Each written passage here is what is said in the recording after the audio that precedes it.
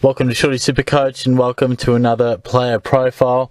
Today we're going to take a look at Michael Hibberd. Now, quite an interesting selection is Hibberd. Now, of course, he didn't play last season being one of the banned Bombers, but he has found his way to a new club and he is now a Demon. So, in these player profiles, I'll outline the reasons why you should pick him, why you should be a bit wary, then I'll cast a bit of a verdict at the end. And I guess, first of all, what we got to know, he's priced at $402,200. He's in 16.4% of sides. Now, he's actually fallen off the pace a little bit in regards to percentage of sides that he's in. When I first did this list of 25, and if you haven't caught up with it, I count down from the most popular 25 players. Sometimes I'll have a bit of a verdict on my own on which guys are a bit more relevant at this stage of the year. I mean, probably more drafties we'll probably look at once the JLT series gets rolling a little bit. But anyway, Hibberd has dropped off a little bit. When I first looked, he was in about 20% of sides from memory. He's now just in 16.4. So I think that's fair enough, but we'll look at why should you pick him. Now, of course, he's a rebounding defender. He's found his way to a new club. The opportunity is there for Hibberd to roll into a half-back line that needs a rebounding defender and a bit of a kicker out of the back line, maybe along Salem or something like that. And I guess he's your man. He's cheap. He's $402,000. Pretty good price for a guy that we know can average in the 90s. You know, he's averaged well in the past, 2013, 2014, averaged in the 90s. You know, there's obvious concern given he hasn't played games, but we know what we're going to get from Hibberd, and it's a lot of run off the half-back line. You might be enticed by the fact that he is going to a new club. He's been sought out by Melbourne for a designated position. And in that case, you can often see a bit of a boost in points because he's really got a genuine role. And Melbourne are an improving side, so he certainly could be on the end of a few more wins than maybe he has been, particularly when the Bombers were struggling later in most seasons of recent time. But why should you be a bit wary? Now, I'm probably more in this boat, to be honest, to be a bit wary. Looking into his stats, 2013, average 95.9, then working our way back, 91.4, 82.1, and of course no games last year. He did burst onto the scene and surprised many in 2013 with that average of nearly 96. Nearly backed it up in 2014, averaged a touch under 92, and he just didn't quite have that ceiling. Now, I actually picked him in 2015 thinking that he could get a bit closer to that 95-96 again, and of course it went the opposite. He averaged just 82.1. So when a guy's in your side, you get a really good look at him. You really watch them closely week in, week out, and when they have a poor season like that, you really get enlightened to what their flaws are. Now, Hibberd, my main concern is his ceiling, and the reason is that he's a bit of a one-trick pony, and I think clubs probably cottoned onto it a little bit. Loves his left boot, was not allowed to get onto it as much as he would like in 2015, that is for sure. Clubs certainly cottoned on that not only if you sat on him a little bit, he found it difficult to get away, but when he did, you don't necessarily have to tackle the bloke, but just corral him to his right side, and he would often turn it over. Now, that's not happening all the time, but certainly more often than most players. Now, I think that's something that really hindered his ability to go big. He was certainly consistent, and he always has been since breaking out.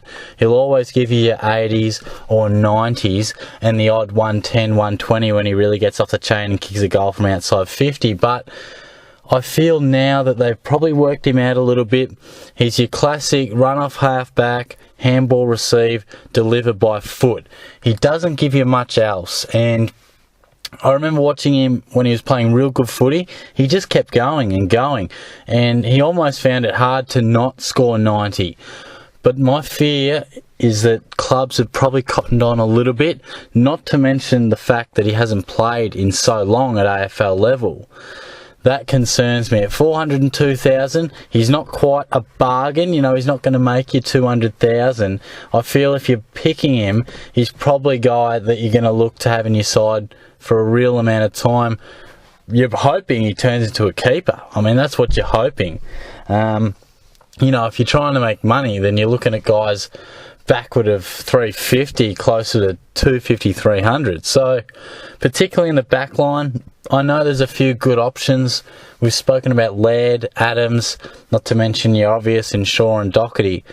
There's quite a lot of options. So, I guess that brings me to my verdict. Now, you obviously already know my verdict is probably steer clear at this point, or at least be cautious and watch him through the JLT series at the Ds. If he does have a prominent role, then maybe that might sway you a little bit. Maybe the fresh environment, a new club, a weight off his shoulders, more responsibility out of the back line with a slightly younger team, maybe that'll benefit him. But at this stage, I'm probably seeing guys who I feel a lot more confident with. Perhaps I've just been burnt by having him in my 2015 side, and he really did destroy me by losing 10 points per game when I picked him as a premium. Certainly, you'll get consistency, you'll get your 80s, your 90s, but I fear you get your 80s more often than your 90s, and your 90s more often than your 100s, if you know what I mean. So, I feel like his ceiling has always been a problem just because he wins in such an uncontested manner. It makes it hard for him to really go big. He needs to have a lot of possessions, a bit like your Grant Birchells, you know, consistent, but probably lack of ceiling. And I think the way the game's going, we're seeing a lot more damaging halfback players. And I guess what adds on from just a rebounder is the ability to intercept. You see Doherty intercepts, Shaw intercepts all the time. Where I think Birchall and, say, Hibberd, they more so just get cheaper kicks in the back 50 and then run off and collect. They're good players, mind you, but probably that's where your extra 10 points goes, 10 to 15 in these guys' cases at least. So that's my fear. He certainly is undervalued, but I just don't think he'll make you an enormous amount of cash, and I don't see him being a premium player. So I guess that's my rationale when looking into Hibberd. So give me your thoughts on him. My verdict is watch, but certainly closer to a no. I mean, I honestly wouldn't say he'll be in my side. I'm pretty set with my structure and he doesn't really fit it. So, but if you're out there considering them, watch him closely over the next couple of weeks. That about wraps it up anyway. Next up on the player profiles, we'll probably take a look at the bloke who warrants the most debate. Made the trade over the off-season. It's been touted as the next absolute superstar. He's since had plenty of injuries. I'm sure you guess who I'm talking about, but we'll chat about him in the next day or so. And anyway, of course, you know the drill. If you enjoyed my video, give it a like. As always, give it a subscribe. Just past 500 subscribers today, so certainly thank you very much to everyone who did subscribe. Really good feeling to get over the 500 mark. Probably a year ago I thought that probably wouldn't happen, but the last month or so has been fantastic. It's been great to see so many people get on board, more comments, more involvement. It's great. I will be doing a couple little other social media things in the near future, so I'll alert you to those. Cheers to the guys who got in on the leagues as well, and by all reports, these player profiles have been really well received and getting plenty of views. So thanks for your support, guys. Like, subscribe, comment. I'll catch you soon.